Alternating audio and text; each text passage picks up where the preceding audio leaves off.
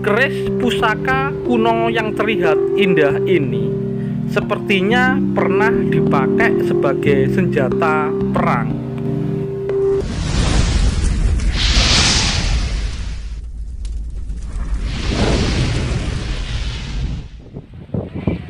Rahayu, rahayu, rahayu. Ketemu lagi dengan saya Teddy Wahyono di channel tempat mengenal keris dan pusaka Nusantara lainnya dengan akal sehat dan hati terbuka. Nah, kali ini saya akan membahas sebuah keris ya, yang bentuknya cukup khas ya. Jadi bilahnya lebar dan cukup panjang juga ya, dan bajanya cukup bagus ya. Walaupun di situ ada istilahnya kayak bekas, kayak cuil ya, cuil dikit ya. Nah, keris ini memang diduga dari era Amangkurat, dan di era itu memang banyak keris-keris yang mengacu gayanya itu mengikuti style empu kerajaan, yaitu empu Brojoguno ya. Nah, sebelum saya bahas, buat teman-teman yang belum subscribe silahkan subscribe dulu biar tidak ketinggalan informasi dari channel ini. Nah, sebelum saya bahas, sebenarnya keris ini adalah keris salah seorang teman saya ya, jadi kolektor Sidoarjo.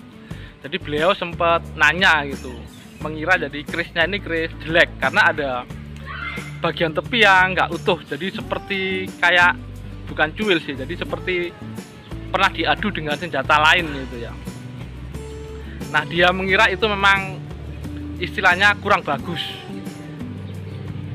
tapi setelah saya lihat-lihat, jadi itu memang stylenya sebenarnya itu materi baja bagus ya, tapi memang pernah diadu dengan mungkin senjata lain atau keris lain yang kualitas bajanya lebih bagus ya. Jadi istilahnya ada beberapa yang kalah ya, ada dua yang terlihat mencolok bekasnya, bekas diadu gitu ya.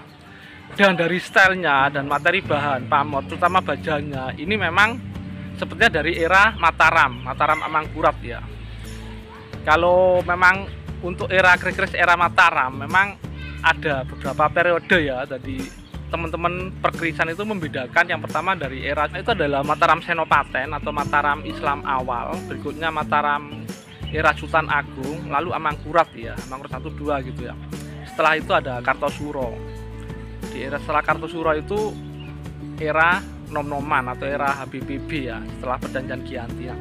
Yang saya bahas ini adalah, jadi ini keris kalau gayanya memang dari era Amangkurat ya. Memang di situ memang sering banyak konflik ya.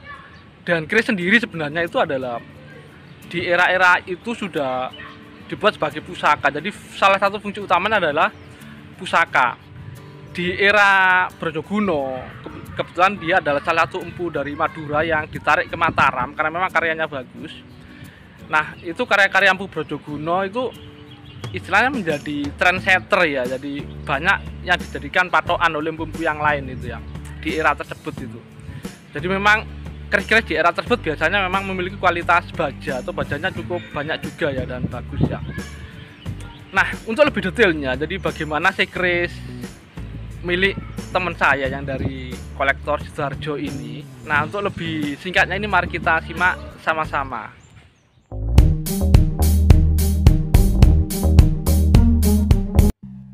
Nah, ini adalah detail bilahnya ya. Jadi itu kalau teman-teman perhatikan itu ada odo-odonya, walaupun tidak terlalu terlihat jelas ya, tapi itu nah dari sinarnya itu terlihat. Jadi ini masuk jenis jalak ya, karena memang bilanya sudah ada odo-odo kayak gitu ya.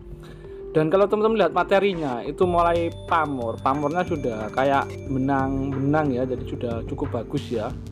Jadi memang cukup khas dari era Amangkurat ya, dan itu bajanya memang terlihat cukup bagus juga ya, sangat bagus.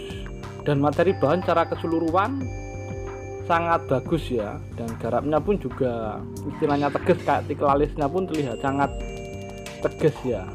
Jadi walaupun sederhana tapi ini terkesan memang bener-bener sangat kokoh ya, itu ya. Nah, ini bagian cor-corannya, jadi odo-odonya terlihat jelas ya kalau difoto seperti ini ya. Jadi ini memang masuk jenis jalak.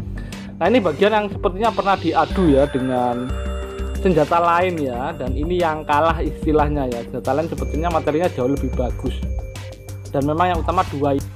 Jadi pada dasarnya, jadi keris itu selain dibuat sebagai pusaka juga memiliki fungsi sebagai senjata karena memakai selorok baja ya. Tapi sebagai senjata, keris adalah senjata yang jangan sampai digunakan kecuali sudah tidak ada senjata lain yang bisa dipakai selain keris. Nah, itu saja dari saya, semoga bermanfaat dan jangan lupa untuk like dan subscribe-nya.